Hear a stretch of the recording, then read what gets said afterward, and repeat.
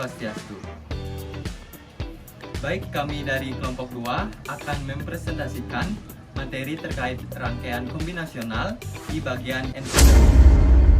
Sebelum itu, izinkan kami memperkenalkan diri terlebih dahulu. Perkenalkan, nama saya Guani Kicona Putra dengan NIM 2515091095 dan rekan saya Imade Sanca Sutayana dengan NIM 2515091036. Saya Eka Adi Abdika dengan NIM 2515091111. Baik, langsung saja ke materi yang akan kami presentasikan pada kali ini, yaitu encoder.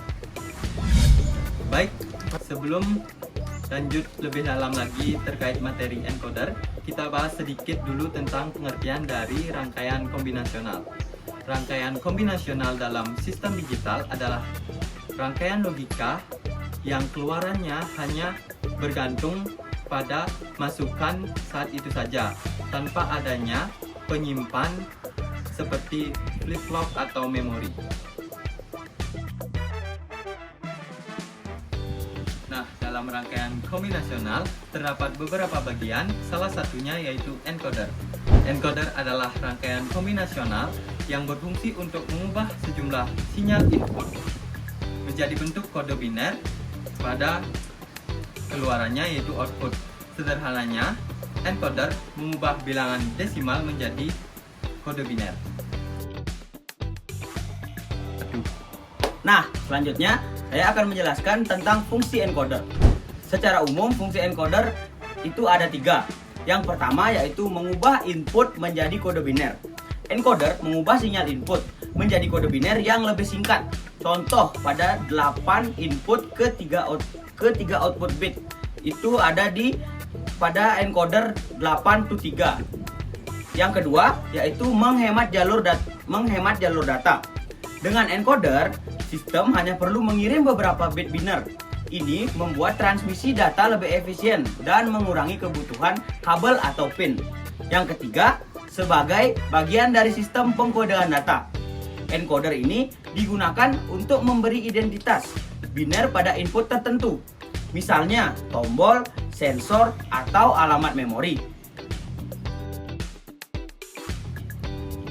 Kapan sih encoder digunakan? Yang pertama pada alat elektronik yang membaca posisi atau gerakan. Encoder digunakan untuk mengubah gerakan fisik menjadi sinyal digital supaya bisa dibaca oleh sistem elektronik seperti printer. Encoder untuk tahu posisi kertas atau kepala cetak supaya hasilnya presisi. Yang kedua pada sistem keamanan dan akses. Encoder mengubah kode atau posisi tombol menjadi data digital agar bisa diproses oleh sistem seperti lift atau elevator.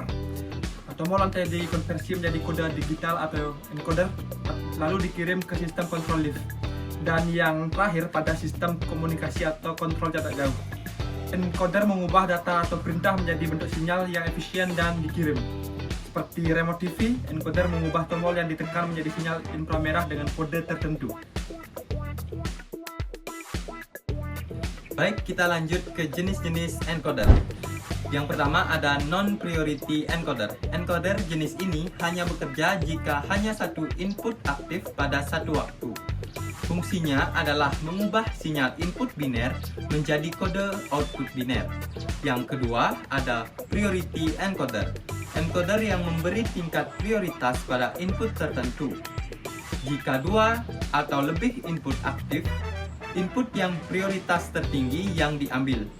Digunakan saat banyak sinyal bisa aktif bersamaan, misalnya di prosesor, sistem instruksi, dan keyboard matrix.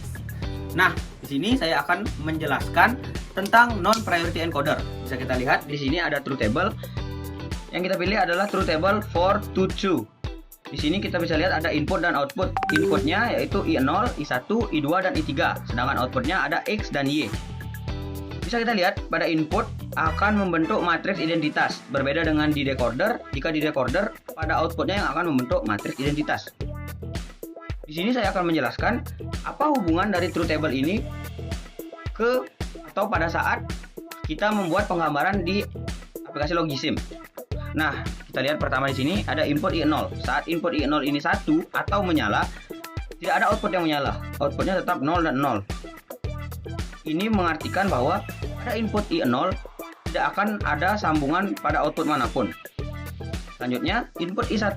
Pada saat input I1 menyala, outputnya yang menyala yaitu output Y.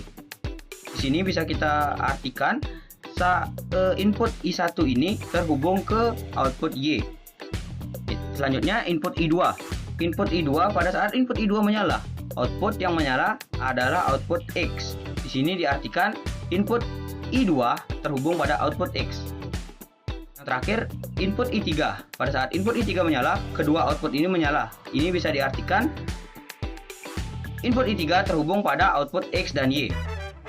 Nah, bisa kita simpulkan di sini, pada saat apa sih output X itu menyala? Output X ini menyala pada saat input I2 atau input I3 menyala. Pada saat apa sih output Y itu menyala? Output Y ini menyala pada saat input I1 dan input I3 menyala. Sekian penjelasan dari saya. Selanjutnya akan dijelaskan oleh rekan saya. Terima kasih. Ini sing record. Nah, baik. Sekarang akan saya lanjutkan pada praktek di Logisim. Kita akan kita coba saat I0 menjadi 1. Bisa kita lihat tidak ada output yang menyala, baik output Y maupun output X. Sekarang kita coba di input I1. Bisa kita lihat input I1 akan membuat output Y menyala menjadi 1. Input I2 akan membuat output X menyala menjadi 1. Input I3 keduanya akan menyala.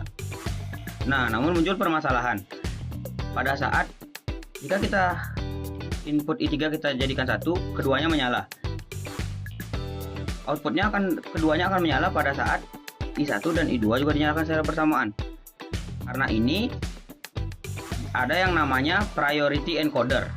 Nah, untuk priority encoder akan dilanjutkan penjelasannya oleh rekan saya. Sekian, terima kasih. Di sini saya akan menjelaskan priority encoder. Di sini dapat kita lihat bahwa truth table dari priority encoder ini sedikit berbeda dengan tabel dari non priority encoder. Tapi sebelum melanjutkan, saya akan menjelaskan apa saja itu priority encoder. Seperti yang dikatakan tadi oleh teman saya bahwa non priority encoder memiliki beberapa kelemahan. Seperti bahwa ketika dua input diaktifkan maka akan dapat menghasilkan output yang berbeda. Maka dari itu terciptalah yang namanya priority encoder. Nah, di sini ada simbol-simbol X yang kita dapat sebut dengan don't care, di mana simbol X ini dapat bernilai 0 atau 1. Dan untuk output X dapat bernilai, untuk output dapat bernilai X jika input semuanya bernilai 0. Dan untuk input dapat bernilai X jika ada hal yang dapat kita prioritaskan. Contohnya, jika D3 bernilai 1, maka di bawahnya akan bernilai X, karena D3 akan lebih diprioritaskan daripada D0. Begitu juga untuk D2. Ketika D2 bernilai 1, maka untuk yang di bawahnya akan bernilai X atau don't care. Baik, untuk selanjutnya di sini saya akan menjelaskan bagaimana sih cara untuk membuat tabelnya, membuat tabel kebenaran dari hal tersebut, atau mencari persamaan dari tabel tersebut. Di sini kita menggunakan metode sum of product. Kita cari di mana kita ketahui sum of product, kita mencari nilai satunya. Di sini diketahui bahwa dari Y1 nilai satunya didapatkan dari D3 dan D4. Karena itu kita ambil dari D3 dan D4 seperti ini. Maka baris D4 adalah D3 sama dengan 0, D2 sama dengan 1, D1 sama dengan X, D0 sama dengan X, dan begitu pun dengan baris D5. Nah, kita tuliskan kondisi untuk setiap baris.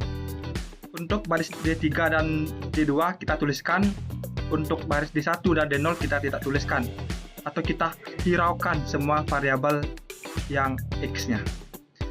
Selanjutnya untuk yang X, untuk yang D3, karena nilainya 0, maka kita jadikan not atau komplement. Dan untuk D1 kita untuk D2 karena sama dengan D1 maka kita tulis dengan D2. Maka akan menghasilkan produk optimnya adalah not D3 N D2. Begitupun untuk baris 5 kita gunakan metode yang sama untuk yang seperti tadi. Maka kita selanjutnya akan gabungkan hasilnya sehingga mendapatkan hasil G1 not D3 N D2 or D3. Selanjutnya langkah berikutnya adalah sederhanakan dengan aljabar boolean. Maka kita akan mendapatkan persamaan sebagai berikut, yaitu Y1 sama dengan D2 or D3. Ini baru untuk persamaan Y1. Selanjutnya kita memasuki Y0. Caranya kurang lebih sama seperti tadi. Kita akan mendapatkan hasil akhir yaitu Y0 sama dengan D3 or D1 N D2N. Nah, untuk simulasi di Logisim akan saya jelaskan nanti.